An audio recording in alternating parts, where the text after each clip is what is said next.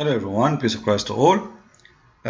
Before we start my video, I would like to say thank you for those who they are reading my book, but still I encourage you please to go and post your preview for my books, if you don't mind, because reading the book but you don't make a review about it, that's not telling me much.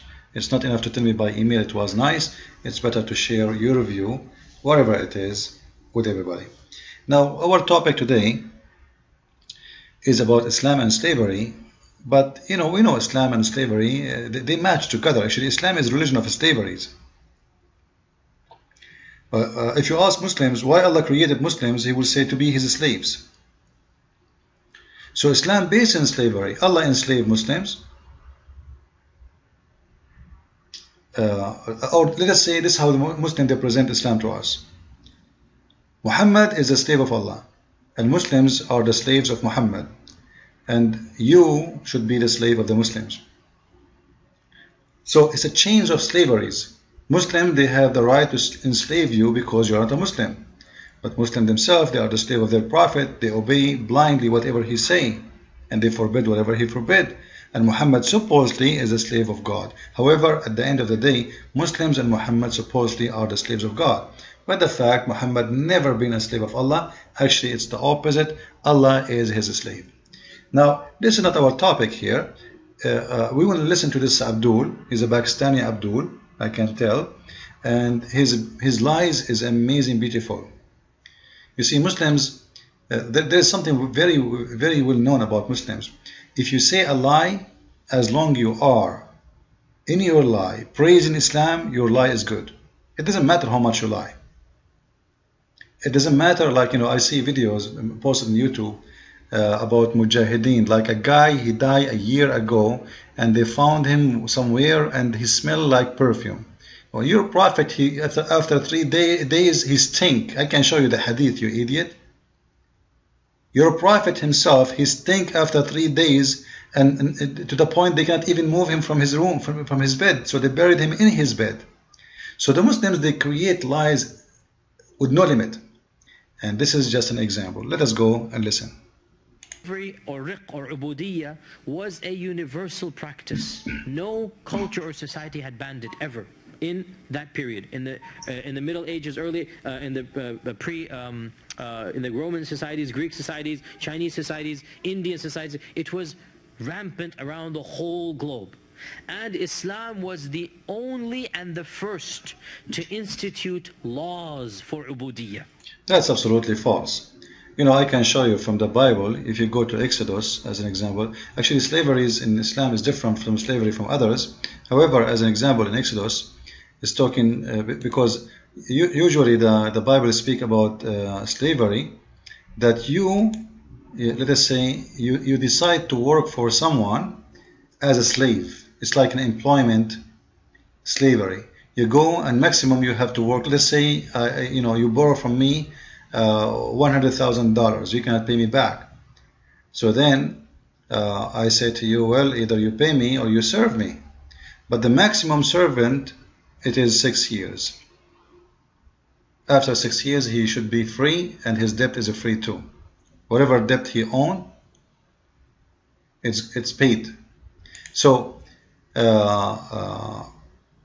now this is the old ages where thousands of years ago, as he said, every culture have slaves, and the Israeli themselves, they went as slaves. They've been enslaved, all the nation, taken as slaves to the Babylon, to the Egyptian.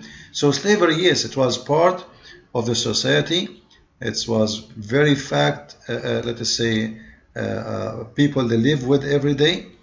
But when you say that they are the only first religion who came with like a law for slavery, this is a very stupid thing to say. And the Greek, they have a law for slaves. Hammurabi, the king of the Babylons, all the Chinese, they have. What are you talking about? It's an absolutely lie. But this is not really my issue with this Abdul. My issue is the following. There were no laws for ubudiyya, Right. riq, before the coming of Islam. And Islam was the only civilization to come and give a set of laws about dealing with riq. And of those laws were to limit, to have checks and balances put into place by, number one, restricting where do abs come from. And Islam restricted it to one and only one source: prisoners of war who are not ransomed. See? Prisoners of wars who they are not ransomed. This is the absolute lie, because even the Quran forbid Muhammad from taking ransom. Men should be killed. You have to slaughter them. Let us read together and expose this liar. If you go to chapter 8, verse number 67, you will see that Muhammad, he made this verse specifically for a very simple reason. You see, Muhammad, he have an advisor, and his name is Umar al-Khattab. And all the Muslims, they love money at the end of the day. But in the case of this, Muhammad, he want to use terror. He want to install terror in the heart of the believers. If you remember, Muhammad, he said, I've been victorious by terror. So all armies before, they used to, if they capture, they exchange prisoners at least. Like, you prisoner, we have a prisoner with you, and you have a prisoner with us. So we can exchange. Muhammad, just to scare his enemy, he come with a verse saying, you have no right, O Muhammad, to take prisoners of war. You have to slaughter them all. You have to slaughter the earth. Alright, you see? You have no right. It's not for you. It's not for any prophet, not only for Muhammad. It's not for any prophet. That's it, any prophet. To take prisoners of war, to take captives of wars, until he made a slaughter in the land. So the purpose is slaughtering. You don't follow a desire to make some money, because that will not make us win the war and install terror in the heart of the disbelievers. Don't worry, we will take their money anyway. We are being victorious. We will take them and take their money. Why are we going after some prisoners? Slaughter them all. So he just said to us that prisoners who did not pay ransom, those are the one who enslave. Actually, Muslims don't enslave prisoners of war. They kill them all. I'm talking about men. They enslave only females and children. Females and children. Like, those are the captive who the Quran speak about having sex with them, even if they are married and they have husbands. So in here he made another lie too. He said, actually this is the major lie, that only source in Islam is captives of war, when actually in Islam the Prophet is not allowed, not only the Muhammad, not for any Prophet, as you see, to take a prisoner of war. It's forbidden. Then he said this is the only source, which is war. Now all of us, we know there is a woman, she is very famous in Islam. Her name is Mary the Copt, and she is famous because there's a verse in the Quran about her story. This is the chapter of At-Tahrim, chapter 66, verse number 1. When the wives of Muhammad, they found Muhammad cut-handed in the bed having sex with Mary the Copt, which means he was cheating in his wives. As you see in here, look, the Muslims, they try to make it nicer. They say, O Prophet, this is Allah speaking to Muhammad, why you forbid, do you forbid what God made lawful for you? In terms of your Coptic maid Maria, is it lawful for a Muslim to sleep with his maid? You see the hypocrisy. They say to us, Islam is a religion of ethic. So it's not a cheating in Islam to sleep with the slave, with the servant, with the housemaid. It's not it's not your right to forbid yourself. You should sleep with her. The fact this is slave, this is not a housemaid only, she is a slave, and she was a gift given to Muhammad. But he just told us that the only source of slaves is war captives. for people who did not pay ransom. Who will pay ransom? As an example, when Muhammad he killed all the tribe of Safiya, who is going to pay her ransom? There's nobody. Anybody left? He killed them all. He took the women and the children. Children who don't have hair around their pubic area, they don't kill them. If you have hair, which means if you are, let us say, 9 years and older, they will chop your head. That is the merciful religion and the merciful prophet of Allah. So, number one source is captive of war, but mostly they are females and females only. What about Bilal? Was Bilal the Ethiopian a captive of war, you liar? What about Bilal? What about Bilal, who we see in this hadith, Bilal after Muhammad he died, he said to Abu Bakr, if you have bought me for yourself, then keep me. If you bought me for Allah's sake, then leave me for Allah's sake, for Allah's work. But I thought only the source of slavery is captive of war. This guy, he was bought.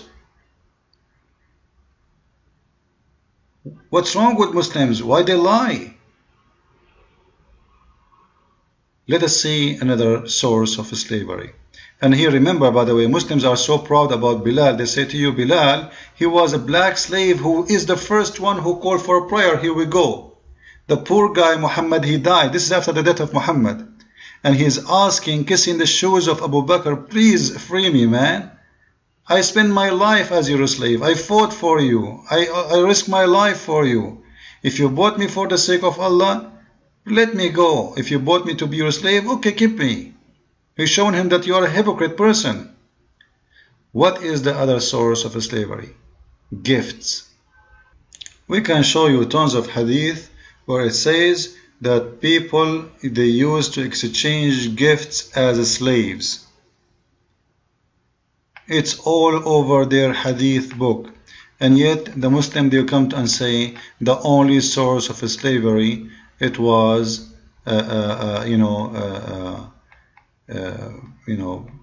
war, which is really false. There is more important, disgusting actually, source of slavery, which is the following. So now, until now, we have what? We have buying slaves, we have capturing slaves, but they are not men, mostly they are females, even if they are married, from war, and we have gifts, and we have another source. Actually, there's more source, but I don't have enough time to talk about all of them. In this hadith here, which is very disgusting, showing us how stupid the justice of Islam, showing us how unjust Muhammad is, how mad he is. This is a story of a man, you can read with me. A man from Al-Ansar called Bashar said, speaking to Muhammad, I married a virgin woman, which means she told him that she's a virgin, in her veil, which means she is never been touched. She's a virgin. But when I entered upon her, I found her pregnant. I mentioned this to the Prophet. The Prophet sallallahu alaihi wasallam, Allah pray on him and salute him, said, this is now the judgment of the justice of Islam, Muhammad himself.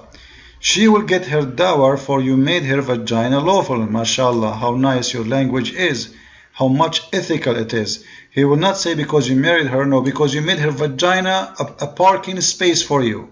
You pay her. You see how nice the language? And then he continues saying, and for the child, he will be your slaves. How disgusting this justice is. What is the problem of the little child? What is the guilt of the baby? The baby boy or the baby girl will be a slave because Muhammad is justice. If a woman commits adultery according to Islam, her son should be a slave. This is what Islam is about. And this is a true faith, disgusting. This guy is trying just to make more slaves. A baby is not even born. Why he will be the slave of the guy? Very disgusting. Follow with me, exposing the lies of Islam. God bless.